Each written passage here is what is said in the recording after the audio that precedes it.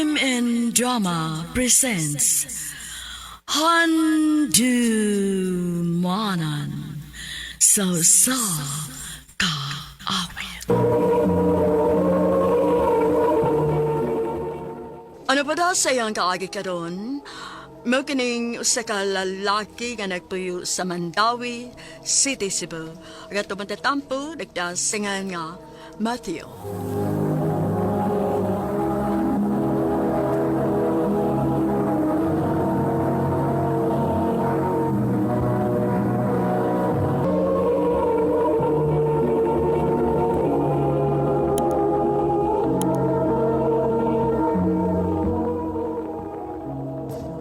Mao na dis. Kung okay ra nimo, mangayo unta ko sa imong number. Ha? Pero, uyabon mo sa akong igsuon, di ba? Di lang gud ta mo sabag kung mag-text ta. Ha? Sige na dis. Please. Thank you dis ha. Nga bisugot ka nga wani ko sa wani ka sa akong apartment. Matthew, makunsa ta din heroin. Oh. Sa pamandi ay.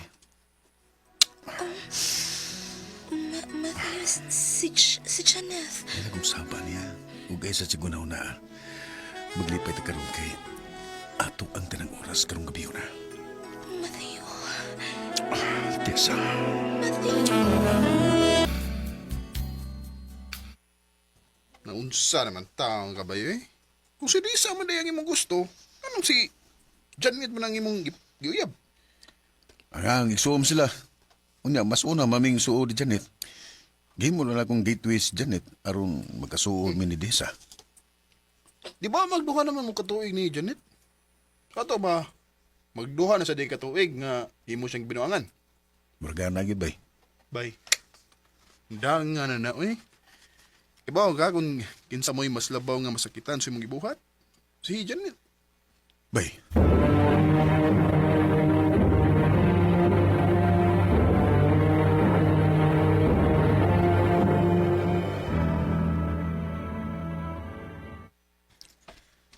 Mao ni, babe. Ganahan unta ko nga mag-beach ta inig Monterey nato. Oh, sige babe. Way problema na ko. Yay! Excited na ko!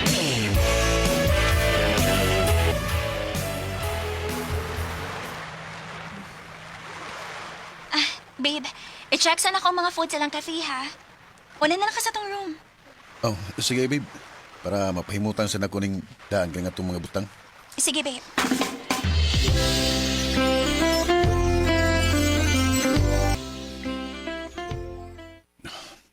Tawagan ako kadit sa Desa, sabi. Gimingawan ko niya eh. May nagkahiwa pa din si Janet. Matthew, tingalig. Masakpan ka din, Janeth, ha? Nga humanghuit. Ay kabala ka Desa. Mag-dubli amping jud ko. Basta kay isa lang na akong di natupot na itong relasyon. Bahalog patago lang. Pero Matthew, nagkonsensya na ba ako? Muunsa na lang ka si Janeth. Pananglit may ipaw siya. Ay, sa nagulo na ang problema nga wa pa.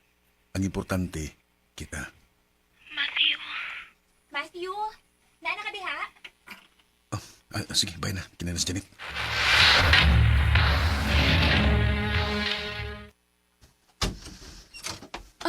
Nakikastorya din, eh? Ha? Oh, waman. Mura magudog doon ako yung nadungog. Ha? Oh, waman, babe. Base nun ako na lang tingaliton na ako. Ansa naman? Mga unit, ha? Oh, sige, tana. Kay gigutom sad ko.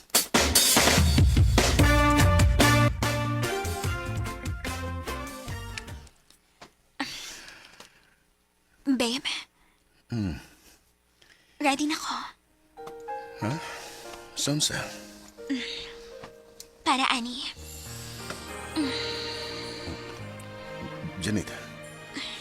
Anong ginaman naman mo naghubo ang imong sapot? Di ba? Dugay naman ni mong gipangayo na ako. Ako nang ihatag ni mo, babe. Andam na ko. Janet.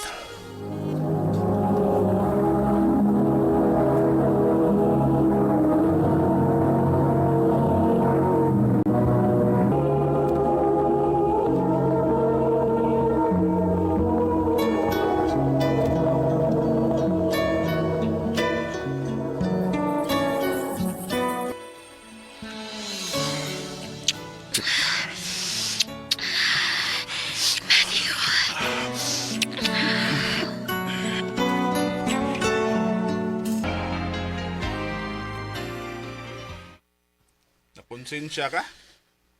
Ubay, wa ko kasabot kong gibati. Murabag naluoy ko ni Janet. Bay, sulti ko gusto tinuod. Unsa man gyud ah? Wa gid kay gamay nga na feel para ni Janet. Magduha na sa biya mo katuig. Abot bay eh. Wa ko kasabot kong gibati. Bay. Timbang nga bay, kung kinsa gibug-at nilang duha. Di na mo sila pwedeng isabay.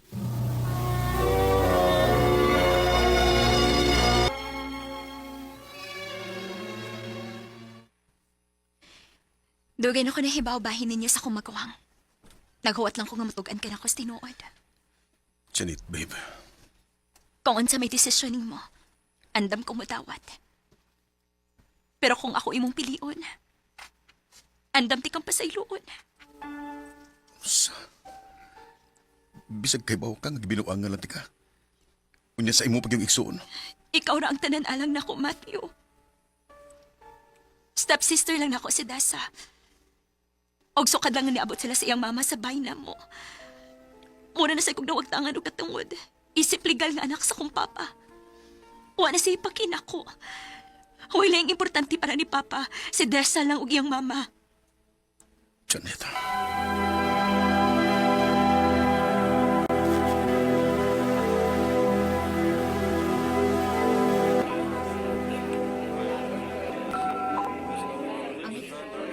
Mga din nagigiinom ka na ko ron, kaya tungod di anak. Ubay. Huwag ko kasabot ba eh. Basta konsensya ko sa kong nabuhat ni Janet. Bay. Ah. Saan ba?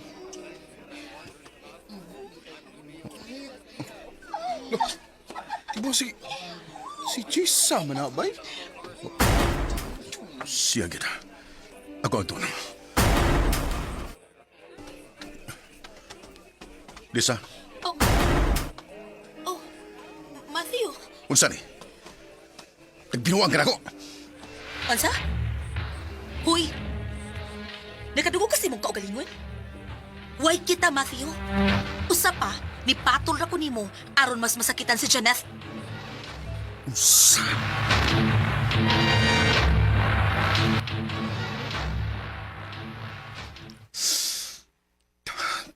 Sunis ko nabuhat, Janet. Pasaylo ako. Di ba niingon ko nimo? Basta magpabilin lang ka, andam ko mapasaylo nimo. Janet. Basta isaan lang na ako, Matthew. Nga dili na nimo usbon pa. Janet. Huwag doon ako importanteng isulti nimo. Unsa man? Nia, Pregnancy test? oh Matthew, mabdos ko.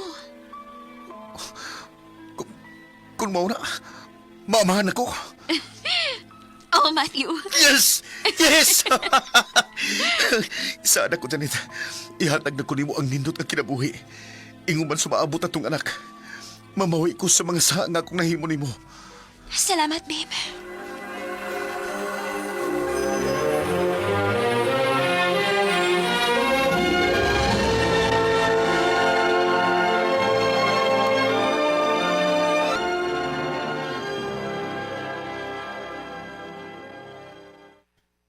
Oh, dako na mo na yung muntihan, babe, no? Oh babe, Oh, babe. No, sa malang ubo nimo. Murag hagbay raman na. nakipip uy. Muna kiniglain akong lawas. Pa-check up ka ta.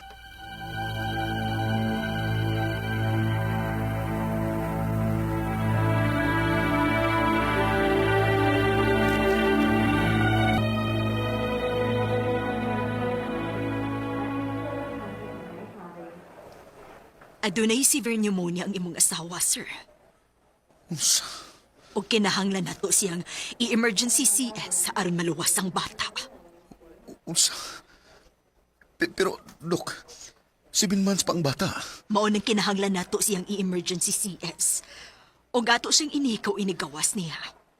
Pero akong asawa, Dok, unsa may tabo niya? Dili pa nato mahibawan. Either ma-save silang duha or dunay mawa nga usa nila. Unsa? Matthew, please. Buhaton na itong makaluwas sa itong anak. Please. Janet.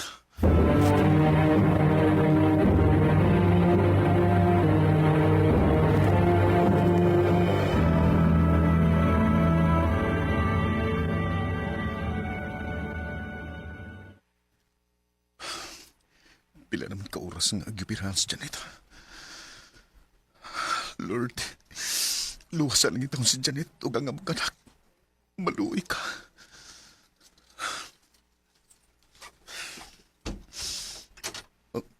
Sinok.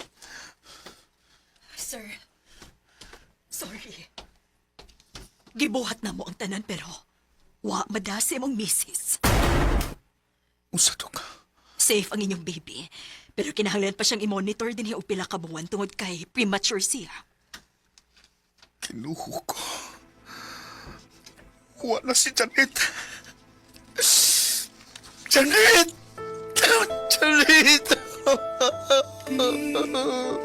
Kung na kailangan pa ko sa bawat sandali. Grabe. Wapaganit ko makabawi ni Janet sa tanan akong nabuhat nga sa pero gikuha na sa dayon sa Ginoo. Sakit kayo para nako. O grabe gid ang akong konsensya sa akong nabuhat niya. Pero nalipay na nasad ko kay gibilan ko niya og anak nga babae nga perteng pagkaliwatan niya. Dinilan ko tob ug daghang salamat, Armin.